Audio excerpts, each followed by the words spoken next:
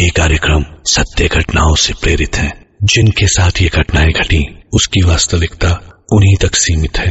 भूत प्रेतों और असामान्य विषयों के होने पर चैनल कोई दावा नहीं करता और न ही प्रोत्साहन करता है। जंगल, डाक बंगलो और वहां भूत प्रेत, ऐसी कहानियां फिल्मों में, मैगजीन्स में बहुत देखी, पढ़ी और सुनी होंगी। लेकिन सोच के देखिए, अगर ऐसी कोई वारदात आपके साथ हो जाए तो।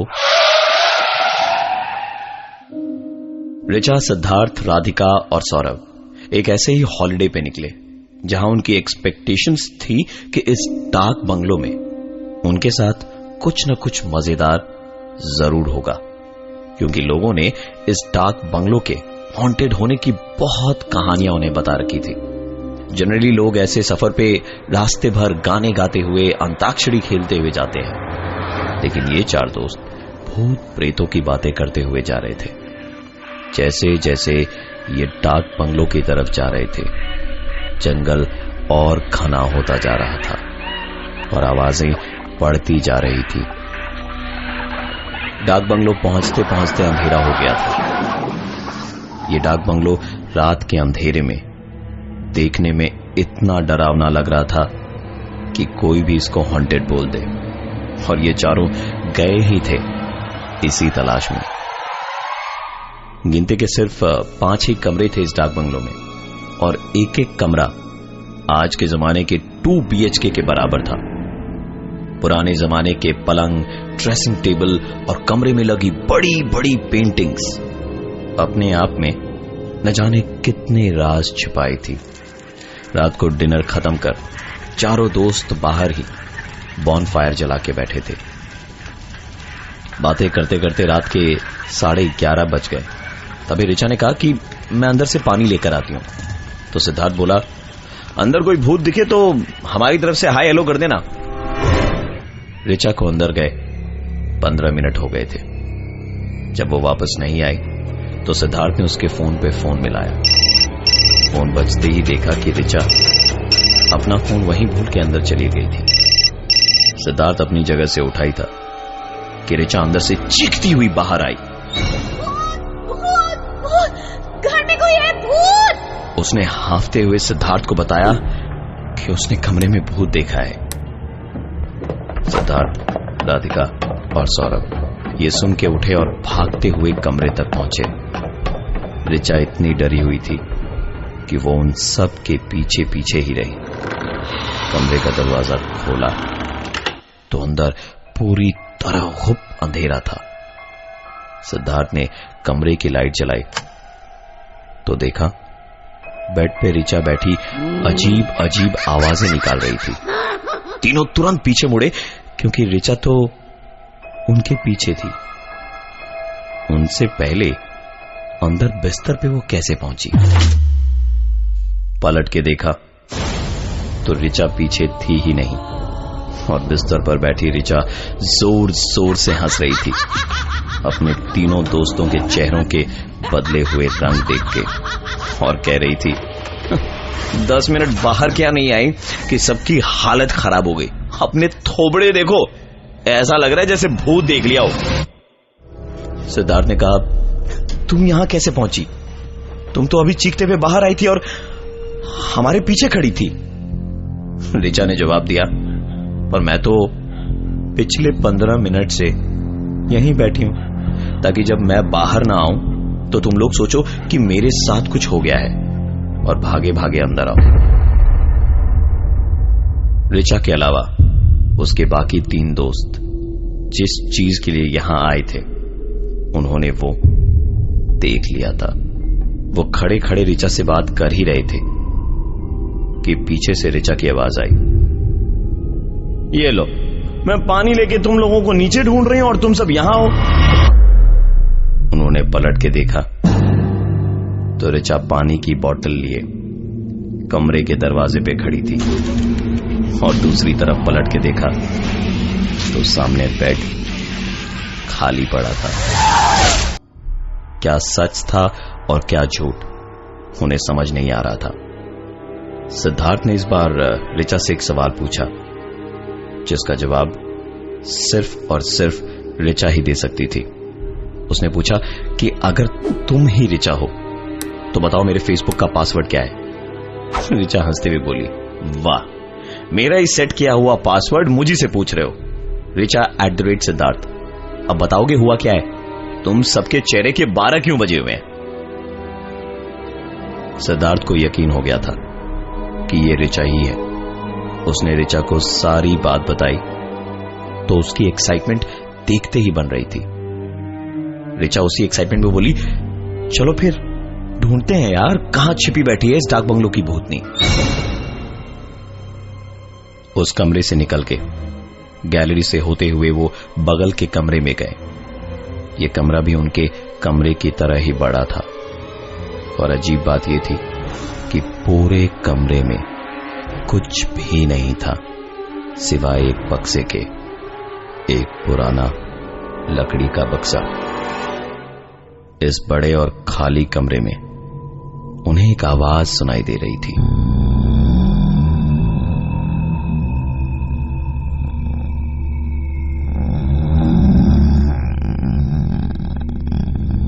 सुनकर ऐसा लग रहा था जैसे आवाज बक्से के अंदर से आ रही हो, और जैसे जैसे उस बक्से के नजदीक वो जा रहे थे आवाज धीरे धीरे बढ़ती जा रही थी। सिद्धार्थ ने कहा, तुम लोग यार ऐसे ही डर रहे हो, कोई जानवर वानवर होगा अंदर में, मैं अभी खोल के देखता हूं। दोस्तों के मना करने के बावजूद सिद्धार्थ ने वो बक्सा खोला। आवाज अब पहले से साफ आ रही थी। ये आवाज कैसी थी जानने के लिए सिद्धार्थ ने अपने मोबाइल का टॉर्च जलाया और बक्से के अंदर झांका तो बक्सा खाली पड़ा था। खाली बक्से से ऐसी आवाज कैसे आ सकती है, ये सोचकर सिद्धार्थ ने अपना हाथ जैसे ही उस बक्से के अंदर डाला तो उसका हाथ पकड़ के जोर से किसी ने अंदर की तरफ खींचा। सिद्धार्थ चीखा और झटके से अपना हाथ छुड़ा के पीछे आ गया। 2 सेकंड में ही उसकी सांसें फूल गई थी। सिद्धार्थ की बात सुनकर ऋचा उस बक्से के सामने गई और सिद्धार्थ के लाख मना करने पर भी उसने अपना हाथ बक्से के अंदर डाला और जोर से चीखी और फिर हंसते हुए कहा, मेरा हाथ तो किसी ने नहीं पकड़ा। कितनी भी रखी है तुमने सिद्धार्थ? ऋचा के बाद राधिका और सौरभ ने भी अपने अपने हाथ बक्से में डाले, लेकिन उन दोनों के साथ भी वैसा कुछ नहीं हुआ जैसा सिद्धार्थ के साथ हुआ था। ये चारों उस कमरे से बाहर निकले ही थे कि देखा एक बच्चा गैलरी में खेल रहा था, जो इन्हें देखते के साथ ही कमरे में घुस गया। ऋचा ने उस बच्चे को आवाज भी लगाई पर वो रुका नहीं। इन चारों की माने तो आज की रात उस डाक बंगले में वो अकेले थे और उनके अलावा सिर्फ एक चौकीदार था। तो इतनी रात गए वो बच्चा यहां कौन था? ऋचा, राधिका और सौरभ उस कमरे की तरफ आगे बढ़े कि सिद्धार्थ बोला, मैं नहीं जाऊंगा, मैं नहीं जाने वाला अंदर। ऋचा ने पलट के जवाब दिया, हट गई, हम तीनों जा रहे हैं, भूत यहां आया तो तुम अकेली निपट लेना। और वो हंसने लगी। सिद्धार्थ मरता क्या न करता, डरते डरते चुपचाप अंदर गया उनके साथ और चारों के अंदर जाते के साथ ही कमरे का दरवाजा, पूरे कमरे में अंधेरा था और उसी अंधेरे में चारों यहां से बाहर निकलने का दरवाजा ढूंढ रहे थे। पूरे कमरे में दीवारों पे हाथ फेरा फेरा के चारों दरवाजा ढूंढ रहे थे, लेकिन सिर्फ दीवारें ही महसूस कर पा रहे थे और कोई दरवाजा उन्हें नहीं मिल रहा था। इसी बीच उन्होंने एक बच्चे के हंसने की आवाज सुनी। पूरे कमरे में चारों जहां थे वहीं रुक गए। चारों की सांस हलक में ही अटक गई थी। इस सन्नाटे में सांस और धड़कनों की आवाज भी जैसे शोर कर रही थी। धीरे धीरे हिम्मत बटोर के चारों अपनी जगह से जरा सा हिले ही होंगे कि एक आवाज और आई।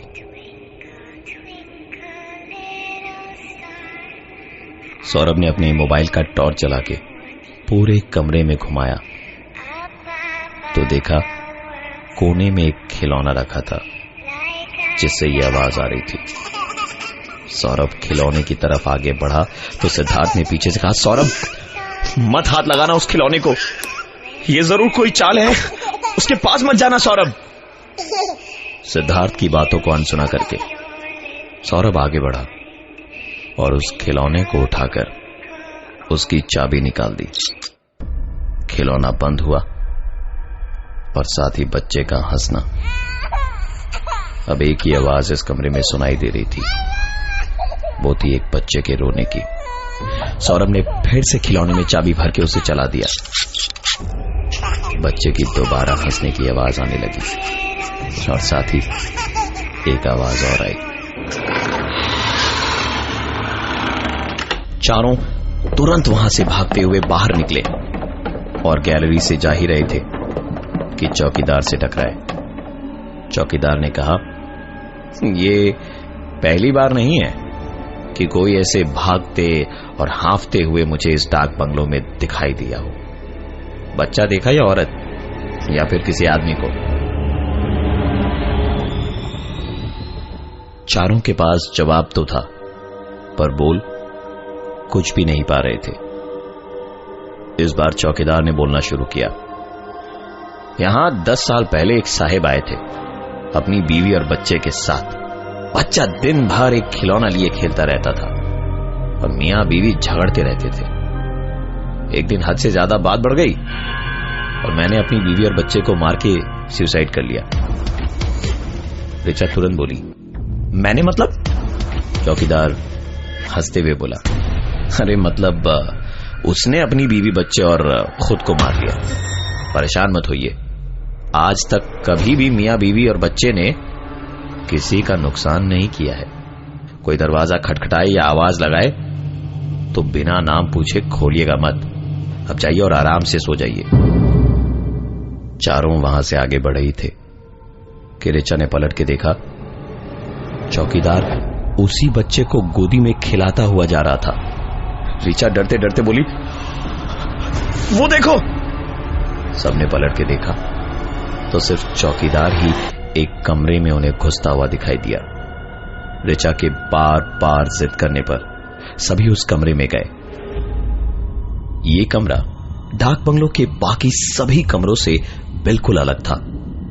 कमरा बहुत साफ सुथरा था, रोशनी से जगमग कर रहा था और कमरे के अंदर बड़ी बड़ी पेंटिंग्स थी और एक डाइनिंग टेबल भी। चारों इस कमरे को आंख भर के देख ही रहे थे कि ठीक उसी वक्त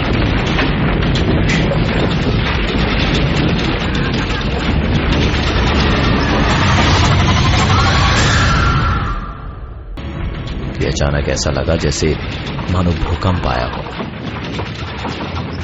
डर से चारों उसी डाइनिंग टेबल के नीचे लेट गए, अपनी आंखें जमीन की तरफ करते हुए। एक एक करके सारी चीजें टूटने लगी, दीवारों पर लगी तस्वीरें गिरने लगी और पूरे कमरे में एक आदमी, एक औरत और एक बच्चे की चीखें भी थी। ये चीखें अगले 5 सेकंड में इतनी तेज हो गई मानो सब कुछ ठीक उनके बगल में हो रहा हो। जब भूकंप रुका और ये चारों उठे तो देखा ये वो कमरा ही नहीं था जहां वो घुसे थे। पूरे कमरे में सालों पुरानी सीलन थी। कमरा कमरा ही नहीं था, कमरा पुराने टूटे फूटे फर्नीचर से भरा पड़ा था और एक सड़न और सीलन की मिली जुली बदबू उस कमरे को और भयानक बना रही थी। चारों की ये सब देखकर हालत इतनी खराब थी कि कड़ाके की सर्दी में भी पसीने से भीग गए थे। आव देखा न ताव तुरंत डाक बंगलों के बाहर दौड़ लगाई। कमरे में बैग वैग सब भूल के सिर्फ जान बचाने की होड़ थी। गैलरी में से दौड़ के निकल ही रहे थे कि अंधेरे में सिद्धार्थ के कदम किसी चीज से लड़खड़ाए और वो गिर पड़ा। उसने टॉर्च की रोशनी में देखा तो रिचा की डेड बॉडी पड़ी थी। लेकिन तभी रिचा भी वहां दौड़ती हुई आई और अपनी ही डेड बॉडी देखकर उसने सिद्धार्थ से कहा, डोंट बिलीव यार, सब कुछ झूठ है, भागो यहां से। चारों दोस्त भागकर गाड़ी में बैठे ही थे।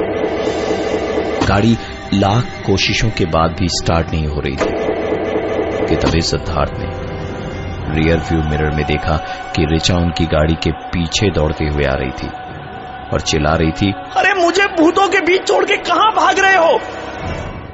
सिद्धार्थ की कुछ समझ नहीं आ रहा था कि वो किस पर विश्वास करे, क्योंकि गाड़ी में उसके ठीक बगल में बैठी हुई रिचा उससे गाड़ी जल्दी स्टार्ट करने के लिए और यहां से भागने को कह रही थी कि तभी सिद्धार्थ ने पलट के रिचा से पूछा, मेरा फेसबुक पासवर्ड क्या है? रिचा इस बार कुछ नहीं बोली। सिद्धार्थ फिर चिल्लाया, मेरा फेसबुक पासवर्ड क्या है? रिचा ने कहा, मुझे कहां से मालूम होगा तुम्हारा फेसबुक पासवर्ड? रिचा का ये जवाब सुनकर तीनों गाड़ी से उतरे और बाहर खड़ी रिचा के पास जाकर सिद्धार्थ ने पूछा, तुम बताओ मेरा फेसबुक पासवर्ड क्या है? हांफती हुई रिचा ने कहा, यहां जान पे बनी पड़ी और तुम्हें फेसबुक पासवर्ड की पड़ी है। सिद्धार्थ ने कहा, तुम बातें मत बनाओ, बस मेरा पासवर्ड बताओ।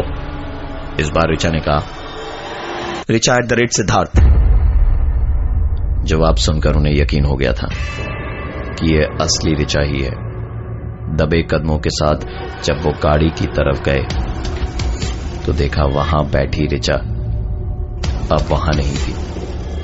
सिद्धार्थ ने तुरंत गाड़ी स्टार्ट करी और उसके बाद उसकी गाड़ी घर आकर के ही रुकी। लाइफ में उनकी सारी चीजें धीरे धीरे बदली। नहीं बदली तो सिद्धार्थ की रिचा से बात बात पर अपने फेसबुक पासवर्ड पूछने की आदत।